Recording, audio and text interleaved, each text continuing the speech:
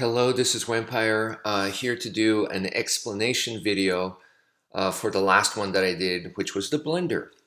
And that's what you're seeing right now. This is part of the portion of that video. Um, and I think, when a person sees this, it's kind of a no-brainer that this is devastating. I am holding a small knife, training knife, but I am holding a small training knife in my right hand. It could be a little bit difficult to see here, but yeah, that's what's going on. And yeah, um, so the reaction to this, which I think is common, people might be like, um, yeah, it's devastating. And why are you teaching this on YouTube? What are you doing, dude? Um, because obviously I'm hitting the neck here. It is lethal, and people might be freaking out. And yeah, my response to that is I'm not teaching it. I'm I'm just doing it, right? So that's not teaching it. And then B, it is it may not be what you think it is, because if you try to do this on somebody, right? And if the other person is fighting back, or if the other person is just trying to live and they are an alive person, not a dead person, then they're going to react to this. They're not just going to let you do this to them. So in that case, I'm probably just going to cut their face and their arms. It's not going to kill them. And this is, what I want to tell you guys is that, to me, the more that I study Filipino martial arts, the Kia, Kali, Eskrima, Arnis, the more I study it, the more that I have learned that it's meant for self-defense. It's meant for survival, protection. It is not an assault. It is not an art where you go take somebody out. And people can argue with me about that. I mean, that stuff is in there, but we learn that kind of stuff first. So that's another argument here, is what I'm showing here. There's nothing special about this technique. It's a simple technique. It's not a hidden technique. It's not like I revealed something that only a few of us know, and it's like, dude, what are you doing? No, I mean, it's actually the opposite. Like, everyone that does Eskrima, Filipino martial arts, should know this. And in fact, since everybody pretty much knows it, it's kind of like it's just another technique. It's the opposite of a special move. It's like a common move, and it's not special at all. It's just one other technique.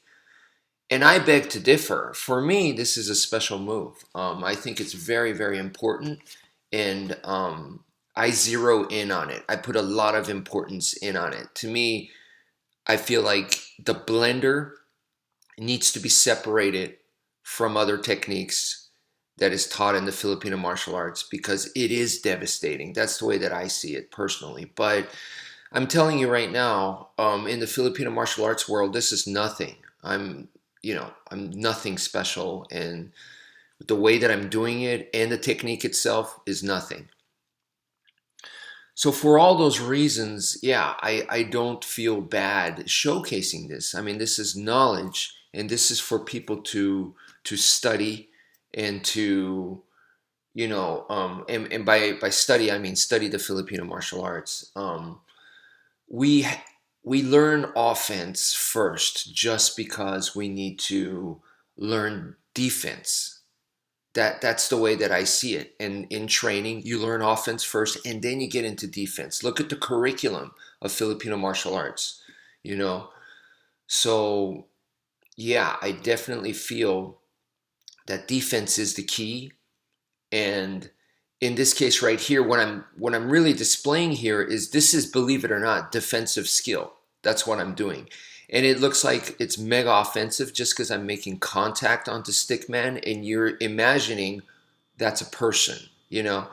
But the way it would be done is, for example, a woman who is about to be, gang raped, okay, she takes out a knife and she uses this technique to protect herself, okay.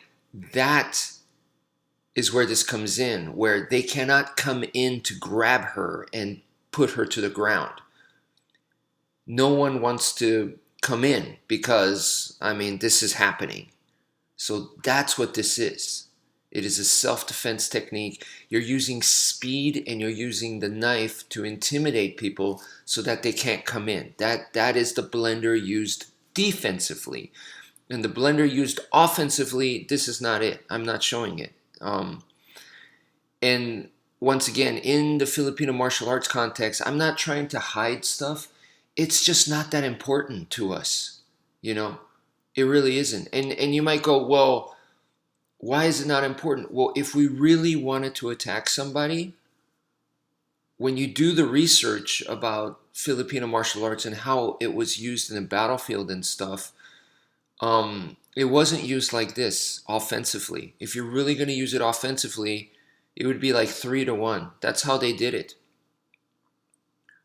So if we fighting like this, like what you're seeing right here, and you're imagining this is how I'm actually attacking somebody, then for us, this is our weakest attack, our weakest. So why would we favor that, or why would we try to do that? We don't.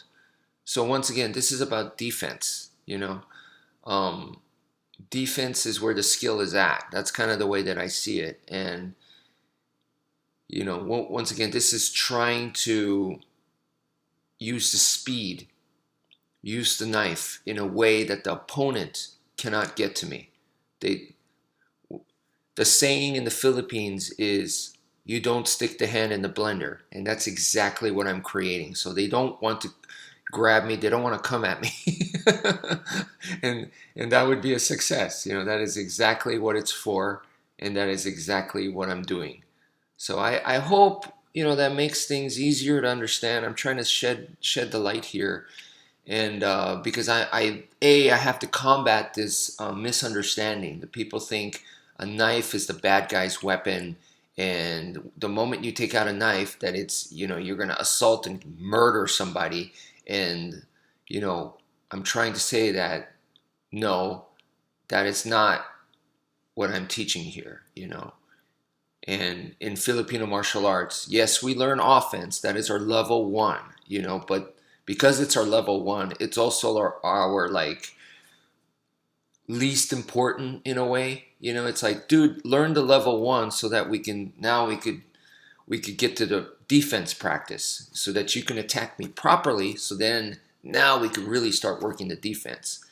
So anyway, I hope that makes sense. Thank you for viewing, and take care, folks.